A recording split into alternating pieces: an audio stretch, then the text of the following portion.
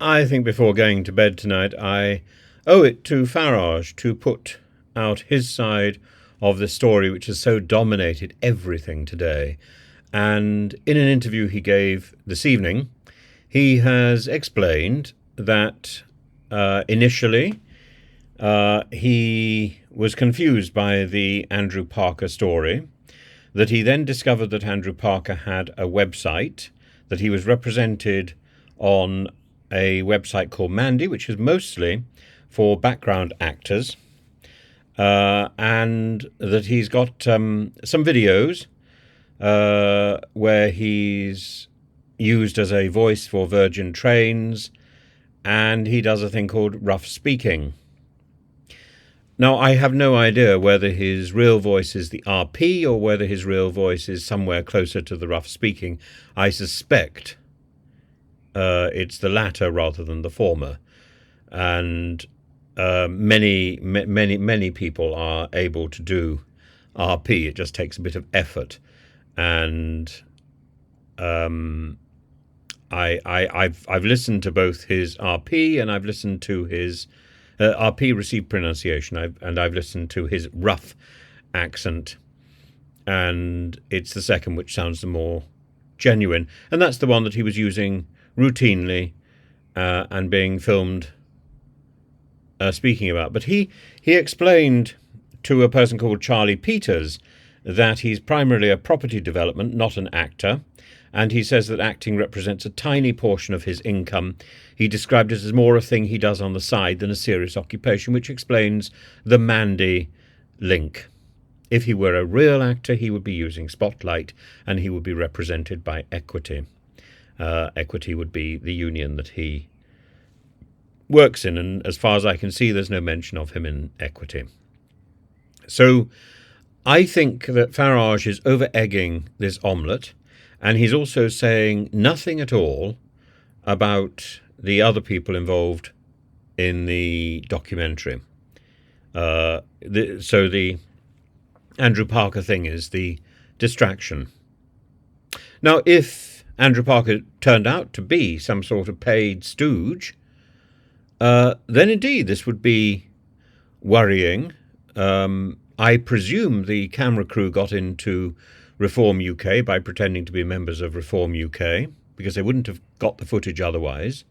So there was a certain amount of deception going on, and for which I must say that very clever of the camera crew and the production company that Channel 4 was engaging.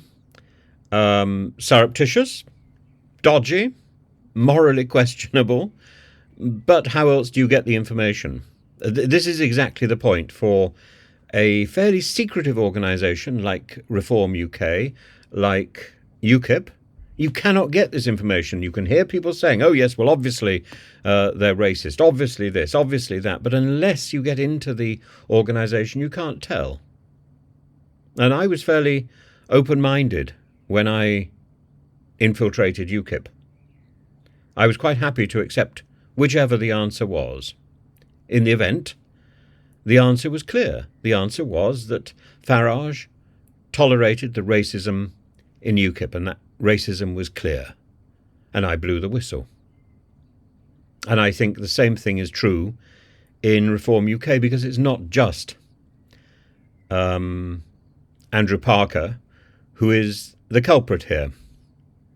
And why should Andrew Parker not be, even if Andrew Parker is a part-time actor, why should he not be a member of Reform UK?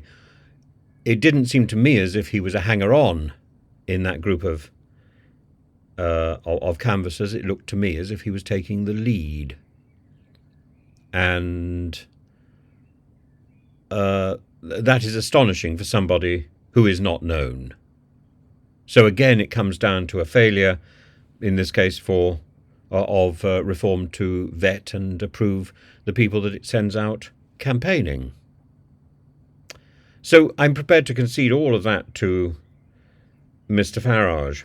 At the same time, there's a poll which has come out this evening, and it suggests that Reform is going to be on 18 points and the Conservatives are dropping significantly, with some pollsters suggesting that the Conservatives could fall to being the third party or even the fourth party if Reform were to do very well. I think that's a bit of an optimistic oversight and a bit of an exaggeration. And in addition, I think that it's highly unlikely that Reform will maintain its lead after this scandal beds in, because the polls which are coming out now are polls which would have been collected 4 or 5 days ago.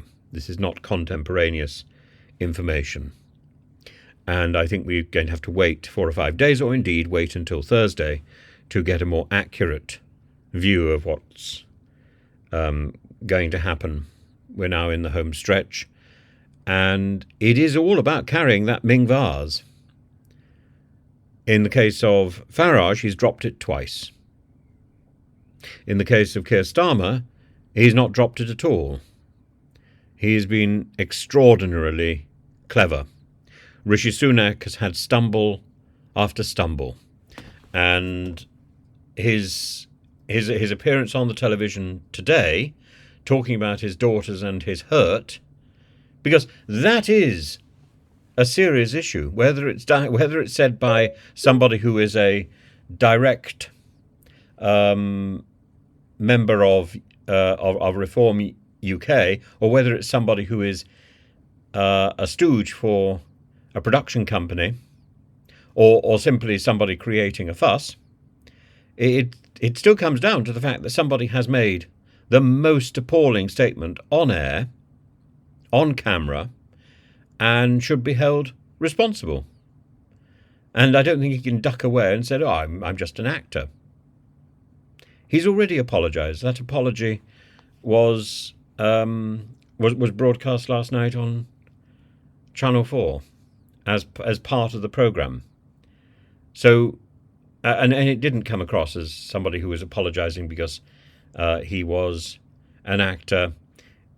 He claims, says Charlie Peters, he claims he was goaded by the undercover reporter and that he was making his horrible comments in a jokey atmosphere, but absolutely rejects any suggestion that he was a paid actor set up to make Reform look bad. Who am I to say? I presented both sides of the argument, and it's now up to time to reveal a little bit more, to show her petticoat, and I'm sure that will come out in the next few days. But the damage, I think, is done, and the damage is not what Peter Andrews said. The damage is that there are other people who have spoken, and Farage has not addressed those. And the damage is the laid-back, louche approach that this can be offset in much the same way as the claim that the vetting organisation didn't do its job. It's not Farage's responsibility. Farage is indifferent to what other people are doing in his party. This is a person who wants to be Prime Minister. This is a person who wants power, and he doesn't care what anyone else does. And I find that far more worrying than somebody mouthing off about migrants and talking about the Greek example. I know exactly what the Greek example is, and I've been talking about it for 23 years. For 23 years I've been talking about the Greeks machine gunning boats with migrants. I've been talking for 23 years about pushbacks by the Greeks. I've been talking for 23 years about the Greeks torturing migrants. None of that is new.